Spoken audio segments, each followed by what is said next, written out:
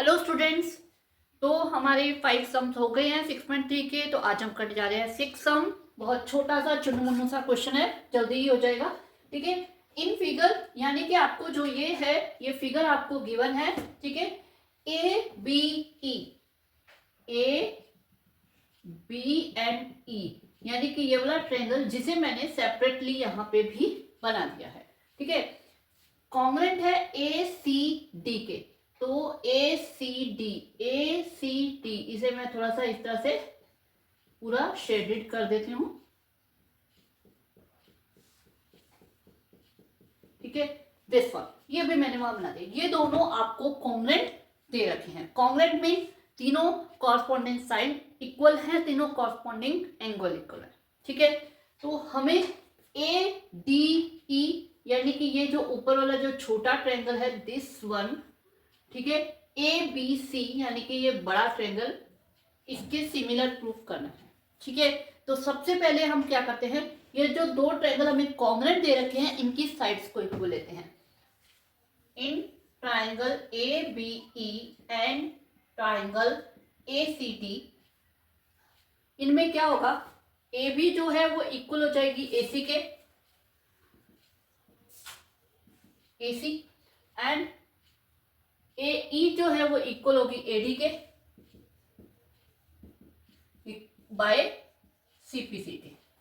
इन दोनों का जो रीजन है बाय सीपीसीटी।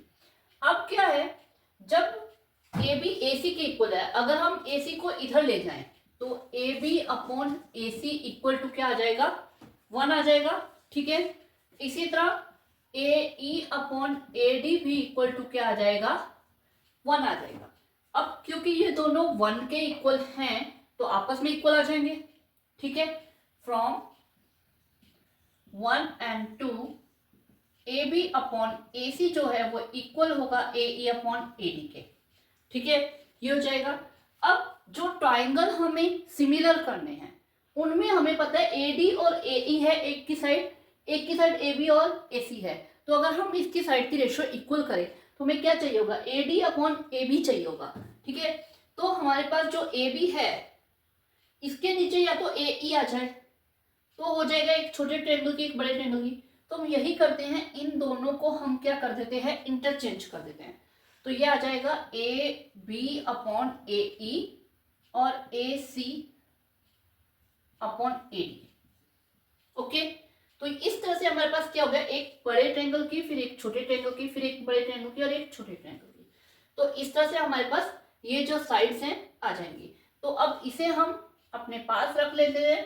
ठीक है, अब ले लेते हैं इन ट्राइंगल ए जो हमें सिमिलर करनी है, A D E and triangle A B सी।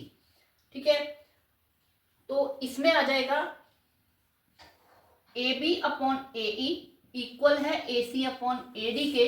ये हमने प्रूव कर दिया है। क्योंकि ऊपर ए बी और ए सी है तो आप पहले ए बी सी ले लो और फिर ए डी ई ले लो। ठीक है, अब क्या है, एक चीज हमें दो साइड की रेशियो तो इक्वल आ गई। अब एस एस रूल के लिए इन दोनों साइड के बीच का जो एंगल है वो भी इक्वल होना चाहिए। तो थोड़ा देखेंगे इनके बीच का एंगल कौन सा है।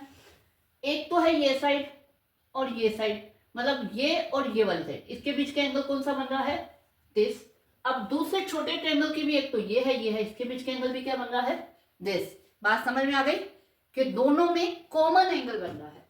तो बड़े ट्रायंगल के अंदर जो एंगल बन रहा है वो बन रहा है बी ए सी, और छोटे ट्रायंगल में जो एंगल बन रहा है वो बन रहा है ई ए डी। ठीक है, लेकिन दोनों एंगल तो सेम है, नाम अलग अलग हो गया, एंगल सेम है तो कॉमन एंगल है इसलिए इक्वल हो गया। तो क्या हो गया, एस ए एस रूल लग गया। इसको एक बार अगर मैं दोबारा छोटा सा ट्रायंगल बना दूं, ए डी ई बी सी, ठीक है, तो हमने एक तो ये ट्रायंगल लिया है, एक ये वाला ट्रायंगल, तो ये हो गया ए एस।